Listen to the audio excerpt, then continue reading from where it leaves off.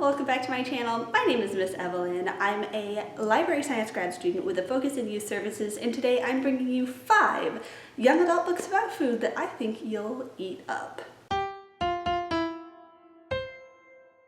So in order to be included on this list, food has to be central to either the plot of the book or the development of the main character. And we're going to kick things off with my most recent read, A Banh Mi for Two by Trinity Nguyen. After years of glimpsing Vietnam only through the posts of her favorite food blog, Vietnamese-American Vivi is excited to be spending her first semester of college studying abroad in Saigon.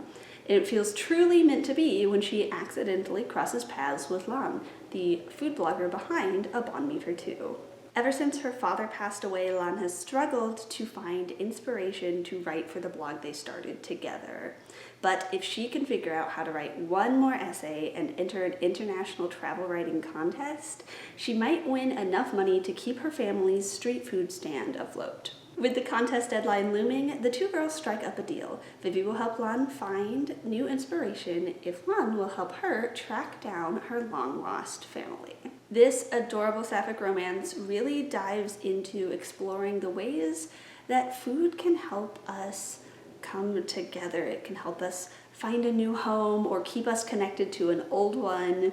What I found particularly interesting is the book's commentary through Lan on how Vietnamese cuisine is a product of colonialism. So many of the dishes that we here in America might think of as quintessentially Vietnamese were influenced by the French or the Japanese.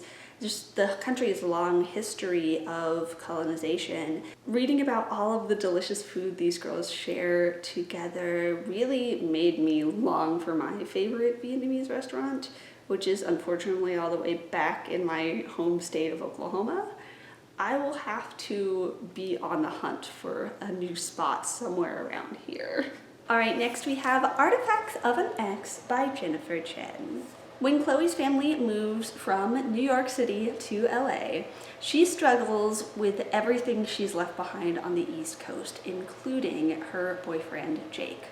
When Jake breaks up with her by sending a box of her stuff through the mail, she sees an opportunity to turn her pain into art, purchasing other teens' breakup boxes to include in an exhibit called Heartifacts. But when the exhibit starts to go viral, Chloe struggles to maintain her artistic integrity. Now I know you're thinking, Evelyn, what does that have to do with food? Well, the reason that Chloe's family has to relocate is to help take care of her grandmother, who is suffering from Alzheimer's. They end up taking over her cafe, Sweet Yen, and there is one particular recipe for pineapple cake that they just cannot figure out how to recreate properly. Throughout the book, their quest to figure out the correct recipe for the pineapple cake runs parallel with their struggle to adjust to taking care of a relative with memory loss. It's just something that hits very close to home with my personal experience with food and family, and if you're out there and you've also experienced dealing with the relative's memory loss, I hope that you find it as cathartic as I did. Next we have A Cuban Girl's Guide to Tea and Tomorrow. When Leela's carefully planned future falls apart around her, her concerned family sends her across the pond to Winchester, England for the summer to recuperate. Far away from her beloved Miami and the family bakery she one day hopes to run, Leela is convinced she'll hate it there. Then she meets Orion Maxwell, a sweet, sweater-wearing boy who offers to show her everything there is to love about England.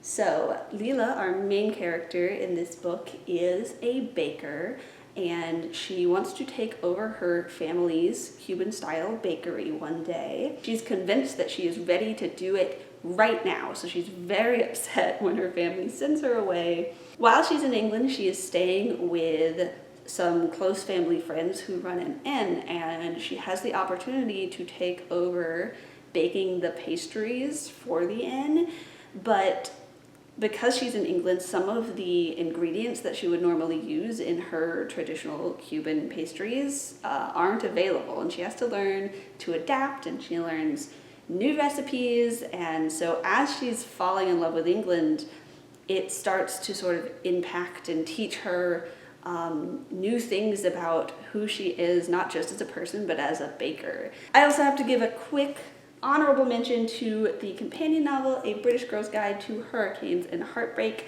This is a continuation of the story that is told from the point of view of one of the side characters from the Cuban Girl's Guide.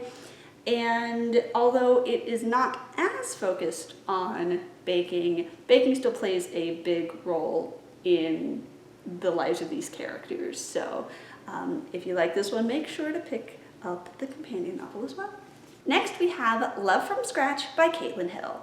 Reese Camden is hoping to turn her dream marketing internship with popular cooking channel Friends of Flavor into a real paid job in the fall. The only thing standing in her way is charming culinary intern Benny. When the two of them are tossed in front of the camera together for a last-minute shoot, their on-screen chemistry makes the video go unexpectedly viral. Soon, their competition for the fall job has turned into a literal cooking competition show. So this book does deal with some heavier topics. Friends of Flavor is an online food media company, and Reese deals with some negative attention from its viewers online. That situation is exacerbated by the fact that she has previously experienced cyberbullying in her personal life. But that is all balanced out by Benny. Benny is such a sweet love interest, pun only partially intended. He falls first, he falls hard, and he spends the entire book attempting to woo Reese, and it's just lovely. Last but certainly not least, we have What's Eating Jackie O by Patricia Park. Jackie O is tired of struggling to live up to her parents' perfect Ivy League expectations. As an aspiring professional chef, she'd rather spend time studying how to make the perfect quiche than useless things like world history. When Jackie gets the unexpected chance to prove herself on her favorite cooking show, Burn Off, her grandparents are convinced the only way she can succeed is if she cooks American style. But the judges are expecting all of her dishes to have some sort of kimchi twist. Can Jackie find her own signature style before it's too late? I'm a huge fan of cooking competition shows like Chopped and the Great British Bake Off, so I gravitate toward books that are about cooking competitions. And I often find myself a little underwhelmed because many of them struggle to balance the competition with whatever else is going on in the character's life. That was not an issue that I had with this book. I feel like I watched several episodes of Burn Off, like I could explain to you how the show works and all of the drama, but I never felt like I was lacking in any sort of development of Jackie's character. And I think that the reason may be most of the other cooking competition books I've read are also romances. This is not a romance at all. So a good chunk of Jackie's attention and motivation and development is all aimed straight at the competition. So we get to focus on it a little bit more. Now, she does have some other stuff going on in her life. The book delves into some deeper topics. Her older brother is in prison and partially estranged from her family. The book also expands upon ideas expressed in author Patricia Park's New York Times essay, I'm Done Being Your Model Minority, namely the rise in attacks on Asian Americans in the wake of the COVID-19 pandemic, and the media and the United States government's shared refusal to acknowledge many of them as hate crimes. So there are moments where the book does get very dark. If you feel like those topics are unsafe ones for you, I do encourage you to look further into how they impact the story.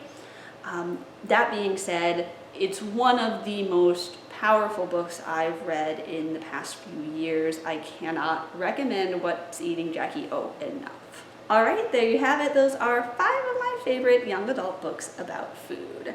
In the future, I'm hoping to do a similar video about middle grade titles, so if you have any middle grade food books that you really love, leave a comment down below and I'll be sure to check them out. With that being said, my name is Miss Evelyn. I've had so much fun being your almost librarian today. I'll be back next week with another video, so make sure to click that subscribe button so you don't miss a thing. I'll see you real soon. Goodbye.